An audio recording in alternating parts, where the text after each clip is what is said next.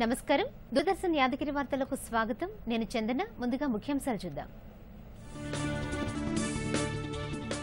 Mask భౌతిక దూరం Covid virus కట్టడికి ప్రధాన అస్త్రాలన్న ప్రధాని మోదీ ఢిల్లీలోని రాజ్ఘాట్లో స్వచ్ఛత కేంద్రాన్ని ప్రారంభించిన నరేంద్ర మోదీ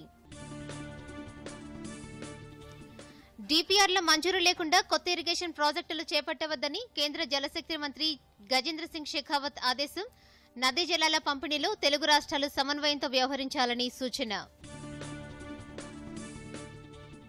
వ్యవసాయ ఉత్పత్తులపై మరిన్ని పరిశోధనలు కొనసాగించాలని ఉపరాష్ట్రపతి వెంకయ్యనాయుడు పిలుపు ఆహార భద్రతతో పాటు పోషక విలువలు కూడా ప్రధానమేనన్న ఉపరాష్ట్రపతి కరోనా కట్టడికి 100 కోట్ల రూపాయలు కేటాయించిన రాష్ట్ర ప్రభుత్వం జిల్లాలోని ఆసుపత్రులలో సైతం కరోనా చికిత్స అందజేస్తున్నట్లు వెల్లడి జాతిపిత మహాత్మా గాంధీ సత్యాగ్రహ ఆయుధాన్ని ప్రయోగించి 100 సంవత్సరాలు పూర్తయిన సందర్భంగా ఢిల్లీలోని రాజ్ఘాట్లో ఏర్పాటు చేసిన స్వచ్ఛత కేంద్రాన్ని ప్రధానమంత్రి నరేంద్ర మోదీ ప్రారంభించారు. స్వచ్ఛ భారత్ ఉద్యమంలో విద్యార్థులు యువత అధికంగా పాల్గొంటున్నారని వ్యాఖ్యానించారు. మరిన్ని వివరాలు ఇప్పుడు చూద్దాం. ఢిల్లీలోని రాజ్ఘాట్లో ఏర్పాటైన స్వచ్ఛత కేంద్రాన్ని ప్రధానమంత్రి నరేంద్ర మోదీ ప్రారంభించారు. స్వాతంత్ర్య పోరాటానికి నేతృత్వం వహించిన మహాత్మా గాంధీ 1920 ఆగస్టు 8వ తేదీన తొలిసారిగా సత్యాగ్రహం చేపట్టిన సందర్భాన్ని పురస్కరించుకుని జరిగిన ప్రత్యేక కార్యక్రమంలో ప్రధాని నరేంద్ర మోదీ పాల్గొన్నారు. మహాత్మా గాంధీ 150వ జయంతి సందర్భంగా దేశవ్యాప్తంగా చేపట్టిన కార్యక్రమాల్లో భాగంగా గాంధీ సమాధి ఉన్న రాజ్ఘాట్లో స్వచ్ఛత కేంద్రాన్ని ఏర్పాటు చేశారు. పరిసరాల పరిశుభ్రతకు మహాత్మా గాంధీ అత్యంత ప్రాధాన్యమిచ్చేవారు. మహాత్మా గాంధీ స్వయంగా తన ఆశ్రమ పరిసరాలను పరిశుభ్రం చేసేవారు. ఇదే స్ఫూర్తిని కొనసాగించేందుకు ఎన్డీఏ ప్రభుత్వం ఏర్పాటైన వెంటనే ప్రధానమంత్రి స్వచ్ఛ భారత్ అభియాన్ ప్రారంభించిన విషయం తెలిసిందే. రాజ్ఘాట్లోని స్వచ్ఛతా కేంద్రాన్ని ప్రధానమంత్రి నరేంద్ర మోదీ పరిశీలించారు. అనంతరం దేశంలోని వివిధ రాష్ట్రాల నుండి వచ్చిన కళాకారులనుద్దేశించి ప్రధాని ప్రసంగించారు. కార్యక్రమానికి హాజరైన వారందరూ మాస్క్ ధరించి భౌతిక దూరం పాటించడం మంచి పరిణామమని ప్రధాని వ్యాఖ్యానించారు. కోవిడ్ వైరస్ ను నియంత్రించడానికి మాస్క్ భౌతిక దూరం రెండూ ప్రధాన ఆయుధాలని ప్రధాని పేర్కొన్నారు. महात्मा गांधी आज का दिवस हिंदुस्तान के इतिहास में अंग्रेजों भारत छोड़ो इसका है. हम लोग आंदोलन चला रहे हैं गंदगी भारत छोड़ो. आप सभी मास्क पहन करके आए हैं और अपने दोस्तों के साथ 2 गज की दूरी भी बना करके बैठे हैं, चलते हैं. आप सब नियमों का जिस तरह से पालन कर रहे हैं वो देख करके सचमुच में मन को बहुत आनंद हो रहा है.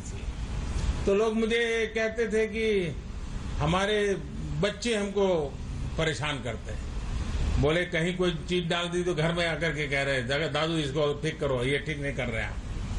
और एक प्रकार से बच्चों ने इस मूवमेंट को बहुत चलाया. आप लोग बहुत कुछ कर सकते हैं. अब जैसे घर में कूड़ा कचरा है, इतनी आदत डालिए भाई गीला कचरा एक बाजू, सूखा कचरा एक बाजू. आप अपने घर में अपने अड़ोस पड़ोस में सिखा सकते हैं.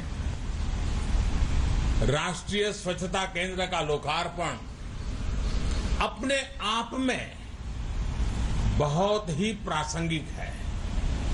ये केंद्र बापू के स्वच्छाग्रह के प्रति 130 करोड़ भारतीयों की कार्यांजलि है, श्रद्धांजलि है.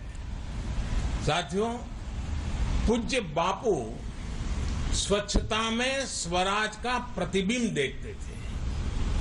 वो स्वराज के सपने की पूर्ति का एक मार्ग स्वच्छता को भी मानते थे. Bureau report Doordarshan news. నదీ జలాల పంపిణీలో 2 తెలుగు రాష్ట్రాల మధ్య సమన్వయం కొరవడిందని కేంద్ర జలశక్తి శాఖ మంత్రి గజేంద్ర సింగ్ షెకావత్ అభిప్రాయపడ్డారు. అపెక్స్ కౌన్సిల్ అనుమతి లేకుండా కొత్త ఇరిగేషన్ ప్రాజెక్టులను చేపట్టవద్దని గజేంద్ర సింగ్ షెకావత్ తెలంగాణ, ఆంధ్రప్రదేశ్ రాష్ట్రాల ముఖ్యమంత్రులకు విడివిడిగా లేఖలు రాశారు. అపెక్స్ కౌన్సిల్ సమావేశానికి ఎజెండా చూపించడంలో 2 రాష్ట్రాలు జాప్యం చేస్తున్నాయని పేర్కొన్నారు. ఈ నెల 20వ తేదీలోగా అపెక్స్ కౌన్సిల్ సమావేశం ఏర్పాటుకు ప్రయత్నిస్తామని చెప్పారు. కొత్త ఇరిగేషన్ ప్రాజెక్టులపై 2 తెలుగు రాష్ట్రాలు సంస్థలు డీపీఆర్లను సమర్పించలేదని తెలిపారు. డీపీఆర్లు ఇవ్వకుండా ప్రాజెక్టులు నిర్మించడం సరికాదని అన్నారు. రాయలసీమ లిఫ్ట్ ఇరిగేషన్ ప్రాజెక్టుపై తెలంగాణ ప్రభుత్వం అభ్యంతరం వ్యక్తం చేసిందని చెప్పారు. 2 టీఎంసీల నీటి సామర్థ్యంతో కాళేశ్వరం ప్రాజెక్టుకు 2018లో కేంద్రం తెలంగాణ ప్రభుత్వానికి అనుమతి మంజూరు చేసిందని షెకావత్ తెలిపారు. అయితే కాళేశ్వరం ప్రాజెక్టు సామర్థ్యాన్ని 3 టీఎంసీలకు పెంచిందని తెలిపారు. కాళేశ్వరం, సీతారాం, దుమ్మగూడెం ప్రాజెక్టులకు ఇంకా అనుమతి జారీ చేయలేదని స్పష్టం చేశారు. గోదావరి నదిపై తెలంగాణ నిర్మిస్తున్న 7 ప్రాజెక్టులకు ఆంధ్రప్రదేశ్ ప్రభుత్వం అభ్యంతరం తెలిపిందని అన్నారు. ఎపెక్స్ కౌన్సిల్ సమావేశం ఏర్పాటైతే అన్ని అంశాలు వివరంగా చర్చించుకోవచ్చని సూచించారు. నదీ జలాల వివాదాలు సామరస్య చర్చల ద్వారానే పరిష్కారమవుతాయని కేంద్ర మంత్రి తెలిపారు. ఆయా రాష్ట్రాలు చేపట్టిన సాగునీటి ప్రాజెక్టులకు కేంద్రం తప్పనిసరిగా అనుమతి ఇస్తుందని హామీ ఇచ్చారు. అయితే వివాదాలు తలెత్తకుండా పరస్పర అవగాహనతో ప్రాజెక్టుల నిర్మాణం చేయాల్సి ఉంటుందని కేంద్ర మంత్రి పేర్కొన్నారు. వ్యవసాయం మరింత నాణ్యంగా, లాభసాటిగా కొనసాగించడానికి శాస్త్రవేత్తలు పరిశోధనలు కొనసాగించాలని ఉపరాష్ట్రపతి ఎం వెంకయ్యనాయుడు పిలుపునిచ్చారు. వ్యవసాయ రంగంలో స్వయం సమృద్ధిని సాధించడంతో పాటు రైతులకు లాభాలు కూడా రావాల్సిన అవసరం ఉందని పేర్కొన్నారు. చెన్నైలోని ఎంఎస్ స్వామినాథన్ పరిశోధనా సంస్థ నిర్వహించిన వర్చువల్ శాస్త్రవేత్తల సదస్సులో ఉపరాష్ట్రపతి ప్రసంగించారు. ఆకలి, పౌష్టికాహార లోపం తీర్చాల్సిన బాధ్యత శాస్త్రవేత్తలదేనని ఉపరాష్ట్రపతి అభిప్రాయపడ్డారు. ఆహార భద్రత సాధించడానికి, ఎప్పటికప్పుడు ఎదురవుతున్న సవాళ్లను అధిగమించడానికి వ్యవసాయ రంగంలో మరిన్ని పెట్టుబడులు రావాల్సిన అవసరం ఉందని పేర్కొన్నారు. పౌర సమాజం, పంచాయతీరాజ్ సంస్థలు, రాష్ట్రాలు, కేంద్ర ప్రభుత్వం పరస్పర సహకారంతో కృషి చేసినప్పుడే ఆహార భద్రత లభిస్తుందని చెప్పారు. ఆహార ధాన్యాల పరిశోధనలో ఎంఎస్ స్వామినాథన్ ఫౌండేషన్ చేస్తున్న కృషిని ఉపరాష్ట్రపతి ప్రశంసించారు. వ్యవసాయ ఉత్పత్తులను నిల్వ చేయడానికి అత్యాధునిక గోదాముల నిర్మాణం కూడా అవసరమని పేర్కొన్నారు. I have so much admiration for him. He is a fatherly figure for all of us. As I am a son of a farmer, and I feel proud that I am son of a farmer. He is the guiding force and is a walking encyclopedia on agriculture. His contribution to the growth of agriculture and expansion of agriculture, not only in India, even many other countries, is really praiseworthy. I am delighted to join all of you today to inaugurate the virtual consultation, Science for Resilient Food, Nutrition and Livelihoods, being organized by the MS Swaminathan Foundation. Kozhikode విమాన ప్రమాదంలో మృతి చెందిన వారి కుటుంబాలకు 10 లక్షల రూపాయల ఆర్థిక సహాయం నష్టపరిహారం అందజేస్తున్నట్లు కేరళ ప్రభుత్వం ప్రకటించింది. అదేవిధంగా మృతుల కుటుంబాలకు 2 లక్షల రూపాయల చొప్పున పరిహారం చెల్లిస్తామని ప్రధాని నరేంద్ర మోదీ ప్రకటించారు. తీవ్రంగా గాయపడిన వారికి ఒక్కొక్కరికి 2 లక్షల రూపాయలు, స్వల్పంగా గాయపడిన వారికి 50,000 రూపాయలను అందజేయనున్నట్లు కేరళ ప్రభుత్వం పేర్కొంది. ఇదిలా ఉండగా విమాన ప్రమాదంలో గాయపడిన వారికి స్థానిక ఆసుపత్రులలో చికిత్స అందిస్తున్నారు. కేంద్ర పౌర విమానయాన శాఖ మంత్రి హర్దీప్ సింగ్ పూరి సంఘటనా స్థలాన్ని సందర్శించారు. విమాన ప్రమాదంపై దర్యాప్తు చేస్తున్న నిపుణుల బృందం విమానంలోని 2 బ్లాక్ బాక్సులను స్వాధీనం చేసుకుంది. ఈ సందర్భంగా హర్దీప్ సింగ్ పూరి మీడియాతో మాట్లాడుతూ మృతుల కుటుంబాలకు తీవ్ర సంతాపం తెలిపారు. గాయపడిన వారికి చికిత్స అందజేస్తున్నట్లు తెలిపారు. ప్రధాని నరేంద్ర మోదీ 2 లక్షల రూపాయల ఎక్స్గ్రేషియా ప్రకటించారని చెప్పారు. వర్షాల వల్లే కోజికోడ్లోని రన్వే దెబ్బతిన్నట్లు విమానయాన శాఖ మంత్రి హర్దీప్ సింగ్ పూరి తెలిపారు. కేంద్ర మంత్రి కోజికోడ్ విమానాశ్రయాన్ని సందర్శించి తాజా పరిస్థితిని సమీక్షించారు. కాగా ప్రమాద ఘటనలో మృతుల సంఖ్య 19కి పెరిగింది. ఈ ఘటనలో గాయపడిన 149 మంది కోజికోడ్, మల్లాపురం జిల్లా ఆసుపత్రులలో చికిత్స పొందుతున్నారు. వారిలో స్వల్ప గాయాలైన 22 మంది ప్రయాణికులు ప్రాథమిక చికిత్స అనంతరం ఆసుపత్రి నుండి డిశ్చార్జ్ అయ్యారు. తీవ్రంగా గాయపడిన 22 మంది పరిస్థితి విషమంగా ఉన్నట్లు మల్లాపురం కలెక్టర్ కె గోపాలకృష్ణన్ మీడియాకు తెలిపారు. వందే భారత్ మిషన్లో భాగంగా దుబాయ్ నుండి భారతీయులను వెనక్కి తీసుకువస్తున్న ఎయిర్ ఇండియా బోయింగ్ విమానం శుక్రవారం రాత్రి 7:40 ప్రాంతంలో కోజికోడ్లోని కరాపురి విమానాశ్రయంలో ప్రమాదానికి గురైన సంగతి తెలిసిందే. రన్వేపై దిగే క్రమంలో విమానం వర్షం వల్ల రన్వే చివరి వరకు జారుకుంటూ వెళ్లి అక్కడ 35 అడుగుల లోయలో పడిపోయింది. లోయలో పడిన వెంటనే విమానం 2 ముక్కలైంది. Pilot commander captain Deepak Sathe, co pilot అఖిలేష్లు ఈ ప్రమాదంలో చనిపోగా 4 క్యాబిన్ సిబ్బంది సురక్షితంగా గాయాలతో బయటపడ్డారు. ప్రమాద సమయంలో విమానంలో 190 వరకు ఉన్నట్లు సమాచారం. కరోనా వైరస్ విజృంభిస్తున్న రాష్ట్రాలలోని పరిస్థితిని కేంద్ర ఆరోగ్య శాఖ కార్యదర్శి రాజేష్ భూషణ్ మీడియా కాన్ఫరెన్స్ ద్వారా సమీక్షించారు. గుజరాత్, కర్ణాటక, తమిళనాడు, తెలంగాణ రాష్ట్రాలకు చెందిన ఉన్నతాధికారులు ఇందులో పాల్గొన్నారు. కోవిడ్ కేసులు ఎక్కువగా నమోదవుతున్న ప్రాంతాలపై దృష్టి సారించాలని సూచించారు. ఒక పక్క కేసుల సంఖ్య పెరుగుతున్నప్పటికీ మరణాల సంఖ్య గణనీయంగా తగ్గడం మంచి పరిణామమని పేర్కొన్నారు. ఎప్పటికప్పుడు క్షేత్రస్థాయి అధికారులతో సమీక్షిస్తూ వైరస్ నియంత్రణకు చర్యలు చేపట్టాలని అన్నారు. కాగా దేశంలో రికవరీ రేటు 68.32కు చేరుకుంది. గత 24 గంటల్లో దేశవ్యాప్తంగా 14,27,000 మంది కోవిడ్ వైరస్ నుండి కోలుకున్నారు. రాష్ట్రంలో కరోనా కట్టడి చర్యలకు ప్రభుత్వం 100 కోట్ల రూపాయలు కేటాయించిందని ప్రజారోగ్య సంచాలకులు శ్రీనివాసరావు తెలిపారు. విలువైన ఇంజెక్షన్లు జిల్లా ఆసుపత్రుల్లో అందుబాటులో ఉంచామని చెప్పారు. ఆసుపత్రుల్లో ఆక్సిజన్ పడకలు కూడా అందుబాటులో ఉన్నాయని పేర్కొన్నారు. కరోనా రోగులు త్వరగా కోలుకునే విధంగా వైద్యులు ధైర్యం చెప్తున్నారని అన్నారు. రాష్ట్రంలో కరోనా రికవరీ రేటు పెరిగిందన్నారు. కరోనా పాజిటివ్ వస్తే 14 రోజులకు సరిపడా మందులు అందజేస్తున్నామని తెలిపారు. కాగా గత 24 గంటల్లో రాష్ట్ర వ్యాప్తంగా 2,256 పాజిటివ్ కేసులు నమోదయ్యాయి. తాజాగా 14 మంది ప్రాణాలు కోల్పోయారు. 1,031 మంది కోలుకుని డిశ్చార్జ్ అయ్యారు. కరోనా వైరస్ అంత ప్రమాదకరి కాదని, స్వీయ నియంత్రణతో వైరస్ను అధిగమించవచ్చని కరోనా బారిన పడి కోలుకుంటున్న బాధితులు పేర్కొంటున్నారు. వైద్యుల సూచనలు పాటిస్తూ పోషకాహారం తీసుకుంటూ కొద్ది రోజుల్లోనే పూర్తిగా కోలుకోవచ్చని బాధితులు అభిప్రాయపడుతున్నారు. కోవిడ్ వైరస్ నుండి కోలుకున్న దుబ్బాక పౌరుడు అంబటి బాలేష్ అనుభవంపై ప్రత్యేక కథనం. కరోనా వైరస్ సోకినా భయపడకుండా హోమ్ ఐసోలేషన్లో ఉండి వైద్యుల సూచనలు పాటిస్తూ కోలుకున్న ఓ వ్యక్తి ఉదంతమిది. సిద్దిపేట జిల్లా దుబ్బాకకు చెందిన అంబటి బాలేష్ గత నెలలో జ్వరం, దగ్గు రావడంతో కోవిడ్ పరీక్షలు చేయించుకున్నారు. ఈ పరీక్షలో పాజిటివ్ రావడంతో భయపడకుండా వైద్యుల సూచన మేరకు హోమ్ ఐసోలేషన్లో ఉండి పూర్తిగా ఆరోగ్యవంతుడయ్యారు. వైద్యుల సూచనలను పాటిస్తూ సకాలంలో మందులు వేసుకుంటూ ధైర్యంగా ముందుకు సాగారు.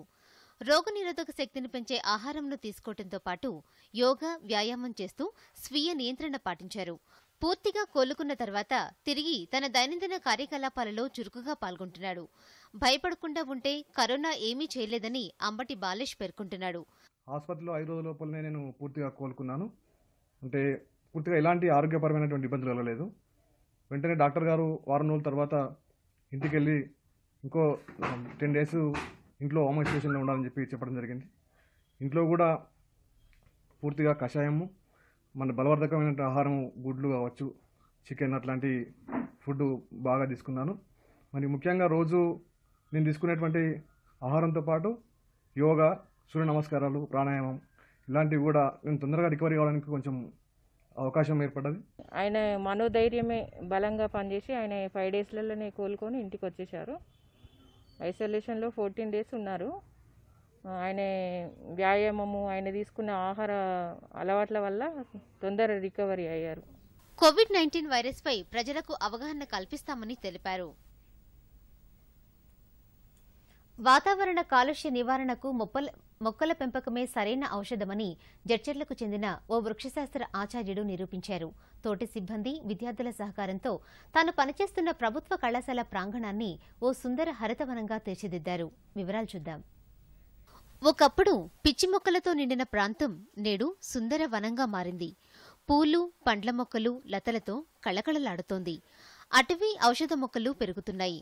పచ్చని మొక్కలు, రంగురంగుల పూలు, దాగుడుమూతలాడుతున్నట్లుగా పులకరించిపోయే పక్షులు, ఇలా ప్రకృతి అందాలకు నెలవుగా మారింది మహబూబ్నగర్ జిల్లా జడ్చర్లలోని బీఆర్ ప్రభుత్వ డిగ్రీ కళాశాలలోని హరితవనం. ఓ ఆచార్యుని కృషి ఫలితంగా ఈ సుందర దృశ్యం సాకారమైంది. డిగ్రీ కళాశాలలో పనిచేస్తున్న వృక్షశాస్త్ర సహాయ ఆచార్యులు సదాశివయ్య తన తోటి అధ్యాపకులు, విద్యార్థులను కలుపుకుని కళాశాల ప్రాంగణాన్ని హరితవనంగా మార్చేశారు. బొటానికల్ పార్కులో తామర, గోవర్ధనం, నందివర్ధనం తదితర 100 రకాల పూల మొక్కలు, ఔషధ మొక్కలు కనిపిస్తాయి. ఈ వనంలో ఎర్రచందనం, బోస్వెల్లియా, సైకాస్ బొడ్డేమి వంటి చెట్లను కూడా నాటారు. కేవలం 10 నెలల వ్యవధిలోనే ఈ ప్రాంతం పచ్చల హారంగా మారింది. ఎందుకు ఈ గార్డెన్ స్టార్ట్ చేశామంటే విద్యార్థులు ఏదైనా కానీ పుస్తకంలో ఉన్నది చదవడంతో పాటుగా ప్రత్యక్షంగా అనుభవం అయితే నాలెడ్జ్ ఎక్కువగా ఇంప్రూవ్ అవుతుందనే ఉద్దేశంతోనే బొటానికల్ గార్డెన్ను ఏర్పాటు చేయడం అనేటువంటిది జరిగింది. సో ఫ్యూచర్లో ఈ ప్లేస్ని ఒక మంచి విజిటింగ్ ప్లేస్ కావాలి, ఎడ్యుకేషన్ పర్పస్, అందరూ విద్యార్థులు వచ్చి ఇక్కడ అంతో ఎంతో నాలెడ్జ్ని గెయిన్ చేసుకొని వెళ్ళాలనే ఉద్దేశంతోనే దీన్ని అభివృద్ధి పథంలో ముందుకు తీసుకెళ్తున్నాం. తన వద్దకు గెజిటెడ్ సంతకాల కోసం వచ్చేవారిని ఓ మొక్కను నాటాల్సిందిగా కోరుతారు. పుట్టినరోజు శుభకార్యాల సందర్భంగా మొక్కలు నాటాలని విజ్ఞప్తి చేస్తున్నారు. ప్రకృతి పరిరక్షణ కోసం రోజుకు ₹1 చొప్పున ఏడాదికి ₹365 చందాగా స్వీకరించి ఆ వ్యక్తి పేరున కళాశాల ప్రాంగణంలో ఓ మొక్కను నాటుతున్నారు. మాజీ మంత్రి లక్ష్మారెడ్డి, ఇతర ప్రజాప్రతినిధులు కూడా ఈ హరితహారంలో మొక్కలు నాటారు. ఈ హరితవనం మొత్తానికి తన సొంత ఖర్చుతో కంచె వేయించారు. ఇక్కడికి వచ్చిన తర్వాత ఒక 30 ఎకరాన్ని గార్డెన్ డెవలప్ చేద్దామని స్టార్ట్ చేసాం. అయితే ఫస్ట్ ఇయర్ ఫెన్సింగ్ లేకపోవడం వల్ల ప్రాబ్లమ్స్ వచ్చి ఎంత ఫెయిల్ అయ్యాం. తర్వాత 2019 ఆగస్టులో ఫెన్సింగ్ వేసుకొని ఒక 30 ఎకరాన్ని డెవలప్ చేయడం స్టార్ట్ చేసాం. అంటే దాదాపు 1 ఇయర్ లోపల మనకు అద్భుతమైనటువంటి గార్డెన్ తయారైంది. ఈ గార్డెన్ని విద్యాశాఖ కమిషనర్ మాకు నవీన్ మిట్టల్ గారి ద్వారా సీఎం గారికి చేరడం, ఆయన నాకు ఫోన్ చేసి అభినందించి రమ్మని చెప్పడం, వెళ్ళిన తర్వాత ఒక 50 లక్షల రూపాయలని గార్డెన్ అభివృద్ధి కోసం శాంక్షన్ చేయడం అనేటువంటిది జరిగింది. సదాశివయ్య చేసిన కృషిని తెలుసుకున్న ముఖ్యమంత్రి కె చంద్రశేఖరరావు తన క్యాంపు కార్యాలయానికి పిలుచుకుని ప్రత్యేకంగా అభినందించారు. బొటానికల్ గార్డెన్ అభివృద్ధికి ముఖ్యమంత్రి కేసీఆర్ 50 లక్షల రూపాయలు మంజూరు చేయడం విశేషం. వార్తలు ముగించే ముందు ముఖ్యాంశాలు మరొకసారి. మాస్క్, భౌతిక దూరం, కోవిడ్ వైరస్ కట్టడికి ప్రధాన అస్త్రాలన్న ప్రధాని మోదీ. ఢిల్లీలోని రాజ్ఘాట్లో స్వచ్ఛత కేంద్రాన్ని ప్రారంభించిన నరేంద్ర మోదీ. డీపీఆర్ల మంజూరు లేకుండా కొత్త ఇరిగేషన్ ప్రాజెక్టులు చేపట్టవద్దని కేంద్ర జలశక్తి మంత్రి గజేంద్ర సింగ్ షెకావత్ ఆదేశం. నదీ జలాల పంపిణీలో తెలుగు రాష్ట్రాలు సమన్వయంతో వ్యవహరించాలని సూచన. వ్యవసాయ ఉత్పత్తులపై మరిన్ని పరిశోధనలు కొనసాగించాలని ఉపరాష్ట్రపతి వెంకయ్యనాయుడు పిలుపు. ఆహార భద్రతతో పాటు పోషక విలువలు కూడా ప్రధానమేనన్న ఉపరాష్ట్రపతి.